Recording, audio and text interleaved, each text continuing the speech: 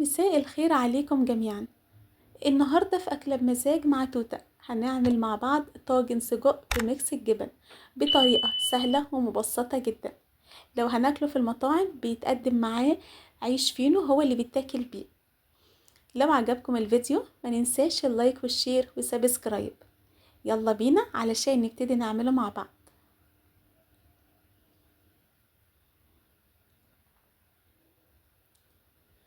بعد ما جبت دلوقتي طاسة وحطيتها على النار وحطيت فيها معلقة واحدة من الزيت، لان احنا عارفين ان السجق في طبيعته فيه مادة دهنية. انا مش هقلبه علشان خاطر السجق معانا ما يتبهدلش. وزي ما احنا شايفين دلوقتي انا بعد ما جبته حطيته في الفريزر شوية، علشان خاطر لما اجي اقطعه بالسكينة ما يعني يكون سهل معايا. ولو مستعجلة لازم يكون المقص اللي انا هقطع بيه او السكينة حامية علشان ما يتبهدلش. احنا عايزينه يكون زي ما احنا شايفينه كده. بعد كده جبت بصلاية وقطعتها وحطيتها معاه علشان تكرمل، مش بتستوي جامد، بتكرمل. احنا عارفين ان السجق مش بياخد اكتر من يعني 5 أو 6 دقايق على النار. انا مش موطية النار خالص عليه.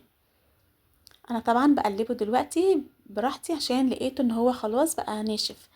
جبت معلقة مليانة صغيرة من الثوم المفروم وحطيته فيه. احنا عارفين ان السجق بيبقى بيحب الثوم. بعد كده جبت فلفل اخضر، عايزينه بقى حامي سبايسي او عايزينه بارد زي ما يعني زي ما كل واحد عايز. انا كمان ضفت عليه فلفل احمر، لان بصراحة الالوان في طبيعتها في الاكل بتدي طعم جميل جدا، بس لو الاكل فعلا ينفع يتحط فيه فلفل.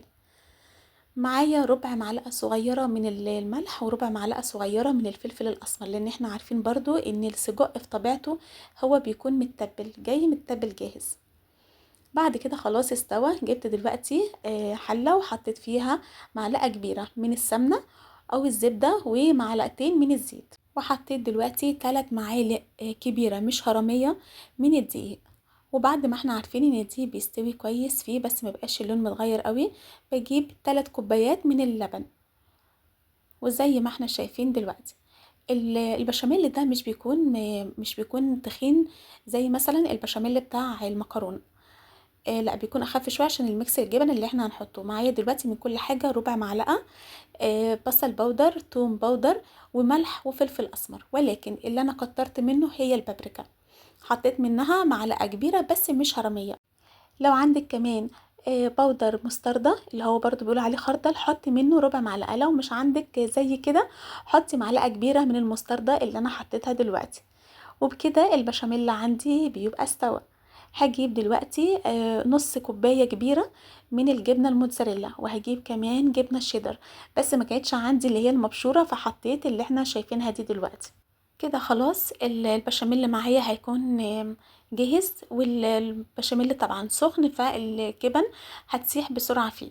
لو عايزة تاكلي السجق وهو كده بس ينفع يتاكل وطعمه جميل. لو هتحطي عليه ميكس الجبن وخلاص كده ما تحطهوش في الفرن برضو هيدي طعم جميل جدا وحلو جدا. ولكن لو عايزة بقى تزودي حاجة تانية، احنا زي ما احنا عاملين دلوقتي حطيته في الطاجن وبعد كده احط عليه شوية صغيرين من الجبنة الموتزاريلا وهحطه في الفرن، وبكده يكون خلاص جهز معانا الطاجن سجق معانا زي ما احنا شفنا. يا رب يكون عجبكم، ولو فعلا عجبكم ما ننساش اللايك والشير والسبسكرايب. وان شاء الله نتقابل في وصفة جديدة في أكلة بمزاج مع توتة.